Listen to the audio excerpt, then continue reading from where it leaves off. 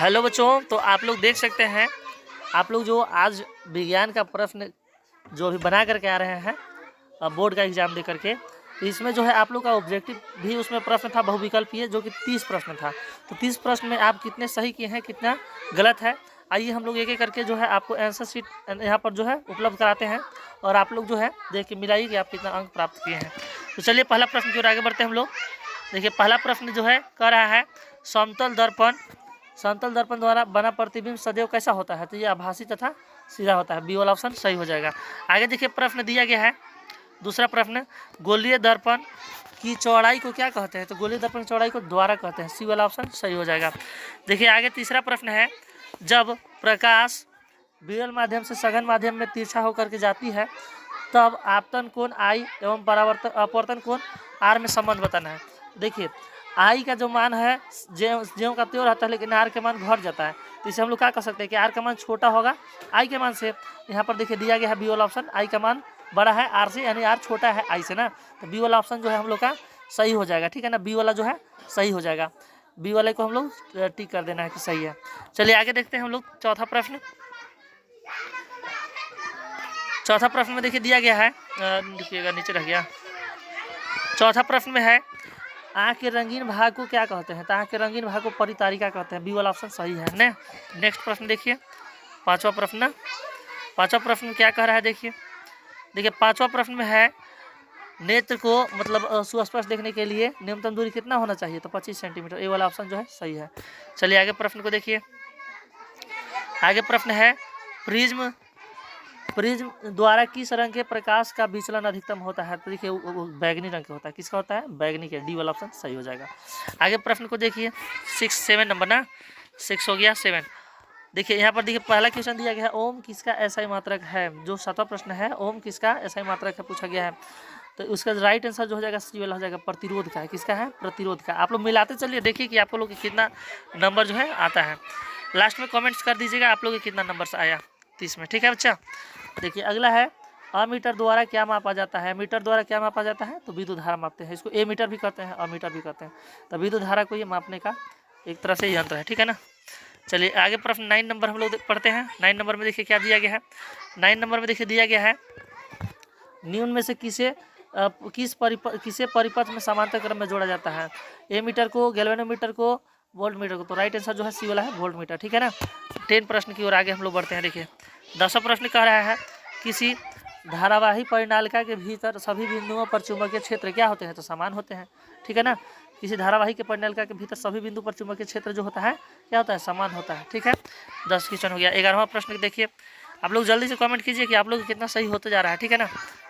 11वां प्रश्न है, समीकरण कैल्शियम कार्बोनेट, फिर इसमें ऊष्मा दे दिया गया है और जो है अभिक्रिया के पश्चात जो है कैल्शियम ऑक्साइड और कार्बन डाइऑक्साइड प्राप्त हुआ। तो पूछा गया किस प्रकार का अभिक्रिया? तो देखिए इधर साइड में देखिए कितने भाग लिए हैं, अभिकारक जो है एक हुआ, एगो यहाँ पर भाग लिया है, लेकिन उत्पाद में देखिए एक दो गो उत्पाद बन गया। कई उत्पाद बन गया? 2 गो। तो इस प्रकार के जो अभिक्रिया होते हैं उसे कहते हैं हम लोग वियोजन मतलब 1 से 2 या 3 का निर्माण हो रहा है, तो इसे हम लोग वियोजन कहेंगे। बी वाला ऑप्शन सही हो जाएगा। आगे प्रश्न देखिए 11वां के बाद 12 नंबर ना, 12 नंबर में देखिए दिया गया है, क्षारीय का पीएच मान यहाँ पर बताना है। क्षारीय ऑक्साइड के विलयन के पीएच मान। दूध देखिए अम्लीय होता है, 4 भी अम्लीय होता है, 7 से नीचे सब अम्लीय रहेगा ना, और 7 जो है खुद उदासीन रहेगा। तो 7 से ऊपर वाला क्षारीय रहेगा। 7 से ऊपर कितना है? 9 है। तो ये क्या हो गया? क्षारीय। डी वाला ऑप्शन सही है। ठीक है ना। चलिए आगे प्रश्न देखिए 13वां नंबर ना, 13वां नंबर प्रश्न में देखिए दिया गया है, शरीर में भोजन का पाचन किस प्रकार की अभिक्रिया है? तो ये देखिए भोजन जो है ना, पाचन होता है ना शरीर में, तो ये वियोजन अभिक्रिया है। कैसी अभिक्रिया? वियोजन। बी वाला ऑप्शन सही हो जाएगा। चलिए 14वां प्रश्न को देखिए क्या कह रहा है। 14वां प्रश्न में देखिए दिया गया है, जल के विद्युत अपघटन में कैथोड पर कौन सी गैस मुक्त होती है? देखिए कैथोड पर जो है ना हाइड्रोजन गैस मुक्त होती है। बी वाला ऑप्शन सही हो जाएगा। अपने 15वां देखिए, 15वां में क्या कह रहा है? 15वां देखिए है, निम्न में कौन सा पदार्थ जलीय विलयन जो है नीले लिटमस पत्र को लाल कर देता है? तो देखिए नीला लिटमस पत्र को जो है ना लाल कौन सा जो है प्रकृति के विलयन करता है? तो अम्लीय प्रकृति करता है। तो अम्ल है मैं कहीं भी? देखिए यहाँ पर अम्ल नहीं है, लाल है, यहाँ भी नहीं है, यहाँ भी नहीं है, तो इनमें से कोई नहीं हो जाएगा। राइट आंसर डी वाला हो जाएगा। ठीक है ना। चलिए आगे 16वां प्रश्न को देखिए क्या कह रहा है। 16 प्रश्न, हाँ, पूछा गया है बेकिंग सोडा का रासायनिक सूत्र। इसका रासायनिक सूत्र था सोडियम हाइड्रोजन कार्बोनेट। कहाँ पर है? देखिए हाँसी में है, सोडियम हाइड्रोजन कार्बोनेट। 16वां नंबर ना। चलिए आगे देखिए 17वां प्रश्न को हम लोग देखते हैं। 17वां क्या कर रहा है? 17वां में देखिए पूछा गया है, निम्न में विद्युत का सर्वोत्तम चालक, मतलब इतना में से बताना है कि विद्युत का जो सबसे अच्छा चालक है वो बताना है, तो है कॉपर, ठीक है ना। ऐसे तो सबसे अच्छा चालक सुचालक जो होता है तो चांदी होता है, लेकिन यहाँ पर जो दिया गया है उसमें से खाली बताना है, तो यह है कॉपर, ठीक है, तांबा। चलिए आगे देखिए 18वां प्रश्न में क्या कह रहा है। 18वां प्रश्न है हाइड्रोजन के दो परमाणुओं के बीच बने आबंध, हाइड्रोजन के बीच जो है ना एकल आबंध बनता है, ये वाला ऑप्शन सही हो जाएगा, ठीक है। चलिए आगे प्रश्न देखिए, आगे 18वां नंबर प्रश्न 19वां ना। देखिए यहाँ पर पूछा गया है कि एल्किन का सूत्र बताना है, एल्किन का सूत्र बताना है। देखिए ये वाला CnH2n+2, तो 2 इसमें देखिए सटा के मतलब 2 जोड़ल गया है, तो इसको हम लोग कहते हैं एल्केन, क्या कहते हैं एल्केन। ट्रिक्स हम आप लोग को बताए थे कि 2 जब सटा के रहेगा तो एल्केन हो जाएगा, और 2 जब घटा के रहेगा तो एल्काइन हो जाएगा, और इसमें से 2 जो है इधर साइड वाला जो 2 है हटा के रहेगा तो ये हो जाएगा एल्किन, तो एल्किन सी वाला ऑप्शन सही हो जाएगा। चलिए आगे प्रश्न है 20वां नंबर ना, 20वां प्रश्न है। देखिए 20वां में देखिए कहा जा रहा है माइनस मतलब है बॉन्ड है, ये CHO प्रक्रियात्मक समूह को क्या कहते हैं। तो देखिए CHO जो होता है ना इसको एल्डिहाइड कहते हैं, यहाँ पर एल्कोहल बी में है एल्डिहाइड, सी वाला आ जाएगा, बी वाला, ठीक है ना, बी वाला ऑप्शन सही हो जाएगा एल्डिहाइड। आगे देखिए प्रश्न 21वां नंबर, 21वां देखिए प्रश्न दिया गया है सजीव में पाए जाने वाले जैव प्रक्रम, सजीव में पाए जाने वाले जैव प्रक्रम। तो देखिए श्वसन भी होता है सजीव में, पोषण भी होता है, जनन भी होता है, तो डी में इनमें से सभी हो जाएगा राइट आंसर, ठीक है। आगे प्रश्न के देखिए प्रश्न संख्या 22वां हो जाएगा ना। 22वां में देखिए कहा जा रहा है निम्न में किसे पौधों का संश्लेषी इकाई कहते हैं, किसे पौधे का संश्लेषी इकाई कहते हैं, क्लोरोप्लास्ट को कहते हैं, ठीक है, क्लोरोप्लास्ट इज राइट आंसर हो जाएगा। आगे प्रश्न संख्या नेक्स्ट देखिए 23वां नंबर ना, 23वां नंबर क्वेश्चन कह रहा है आयोडीन घोल की कुछ बूंदें चावल के पानी पर डाली गई, चावल का पानी नीले काले का रंग का हो गया, इससे पता चलता है कि चावल के पानी में क्या है, ये बताना है कि क्या है, इससे क्या पता चला, तो इससे पता चला कि हमें स्टार्च होता है, क्या होता है स्टार्च, डी वाला ऑप्शन सही हो जाएगा। आगे देखिए 24वां प्रश्न क्या कहता है, 24वां में देखिए दिया गया है निम्न में कौन पादप हार्मोन है। इंसुलिन देखिए मानव हार्मोन है, मनुष्य का थायरोक्सिन भी है, एड्रेनलिन भी है, तो जो साइटोकाइनिन है ना ये है पादप हार्मोन, डी वाला ऑप्शन सही हो जाएगा। चलिए आगे प्रश्न देखिए 25वां नंबर ना, 25वां प्रश्न क्या कह रहा है, देखिए मनुष्य के मस्तिष्क का औसत भार बताना है, तो ये होता है लगभग 1.5 किलो, ठीक है ना, मतलब 1.5 kg, बी वाला ऑप्शन सही हो जाएगा।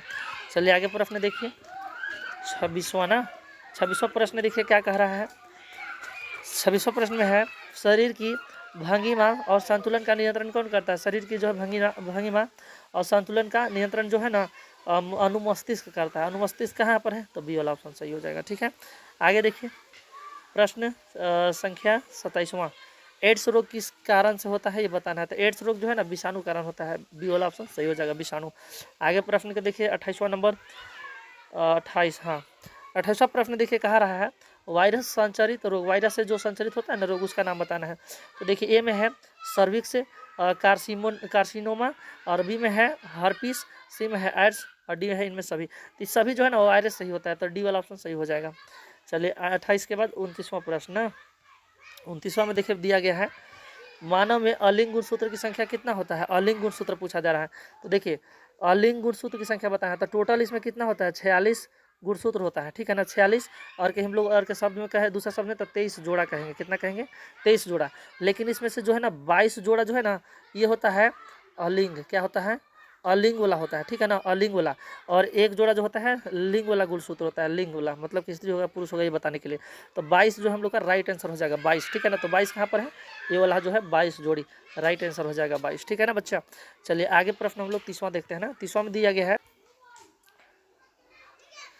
प्राथमिक उपभोक्ता कहलाते हैं वो क्या कहलाएंगे, तो शाकाहारी कहलाएंगे, ठीक है बच्चा। चलो नेक्स्ट 30 को प्रश्न था, ठीक है ना 30 प्रश्न था, बाकी आप लोग अपना मिला करके बताइए कि आप लोग जो है ना 30 नंबर में कितना नंबर प्राप्त किए हैं आपको बताना है, ठीक है ना।